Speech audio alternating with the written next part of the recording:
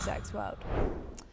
At least 6 people have been killed and 1 person injured in Russian airstrikes on the Ukraine-controlled Donetsk region, local officials report.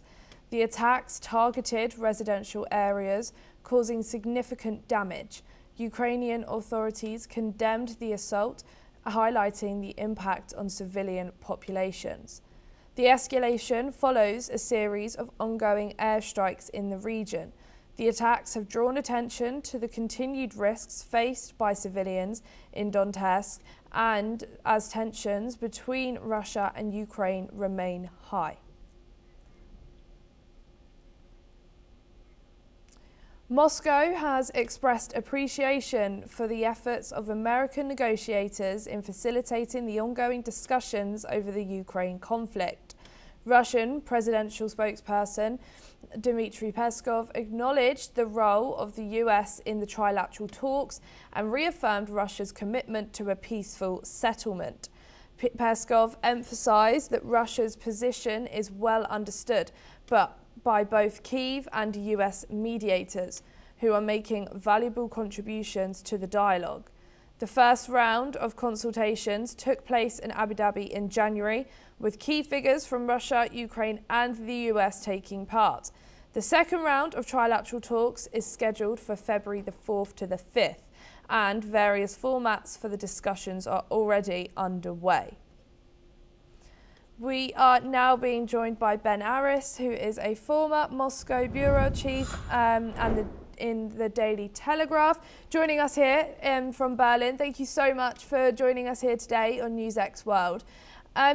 Why might the Kremlin publicly express gratitude towards the United States for peace efforts, even as we've just heard before, fighting continues on the ground? It's a game. The Kremlin needs to keep Donald Trump in the negotiations, because he's the only one that can facilitate a deal, in so much as Trump is all the way down the line basically pushed and backed the Russian position. Trump has made it crystal clear that he wants to do business with Russia. All of his peace deals, his negotiations, have included some sort of minerals deal or access to oil. We saw that in Venezuela. In Ukraine, the whole US coming in to support the end of the war effort started with Trump insisting on a minerals deal. And Russia is, after China, it's by far the biggest deposits of everything that America needs, from rare earth to critical minerals to uranium, to forget the oil and gas, the massive oil and gas deposits it has.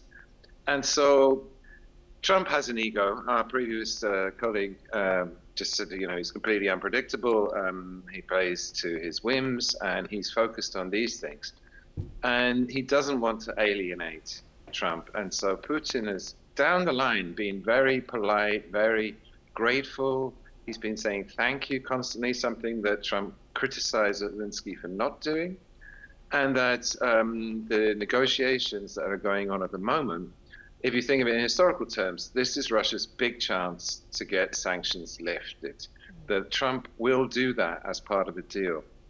And if we wait to the next president, it's sort of going to go back to normal. And those sanctions, once they go on, the Jackson Vanik sanctions, for example, were on for 2 generations. And so Putin wants to do a deal. He wants a ceasefire, but he's sticking his heels in. He's insisting on taking control of all of Donbass and sovereign control of it, not just military control. And he also wants a sanctions deal piled into this as well. And Trump can deliver on all of that, because Trump is not really negotiating. He's just pushing the Russian line. The security guarantees that Zelensky is so desperate for, reports are saying that the White House have linked that with Zelensky conceding the Donbass, giving up the Donbass completely before they get the American security deal. And that's what's being talked about today, tomorrow, in the Dubai meetings between the Russian and the Ukrainian side. And can Russia's acknowledgements of the US, as you said, like saying thank you and coming out and publicly being thankful for what's going on and the talks that the US are holding for these 2 countries to come together, Is this seen as genuine support, or for a diplomatic resolution, or is it more of a political message aimed at the Western audiences, or is this purely to benefit Russia as a whole? Putin's got an audience of one. Donald Trump. He's the only player in this game that Putin cares about, and he's been playing everything towards specifically Trump personally. The two of them met in Alaska last August.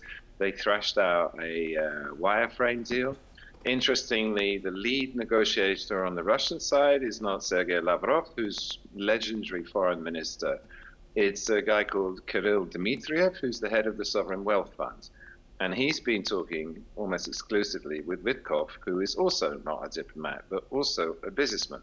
And in Alaska, it became clear later that in addition to peace, that the two of them, Putin and Trump, talked about all sorts of deals, oil and gas deals, that it was suggested, Trump said that the Russians could come in and develop the rare earth material deposits in Alaska on American territory as a joint venture.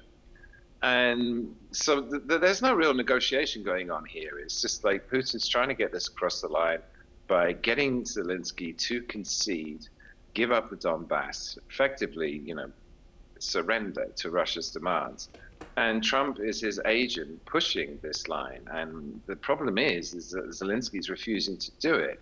And Zelensky's being backed by the Europeans, who are coming up with all these alternative plans like peacekeepers and forces going into Ukraine and 90 billion euro loan to keep Ukraine funded for another 2-year war if that's necessary.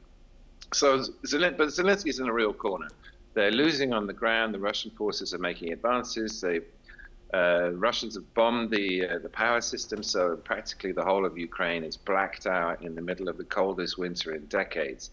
And, he can't go on much longer. So, again, the talks going on at the moment are key. There's an opportunity to end this, but it does mean that Zelensky has to make some very painful concessions. And what he's trying to do is get this security guarantee out of the Americans. Because if he gets that, and it includes a military component, then he can secure his borders post-war. If he doesn't have that guarantee, then all that will happen was that, they'll give away the Donbass. There'll be no guarantees from the Allies, and Russia can reinvade anytime it wants, anytime there's a new argument.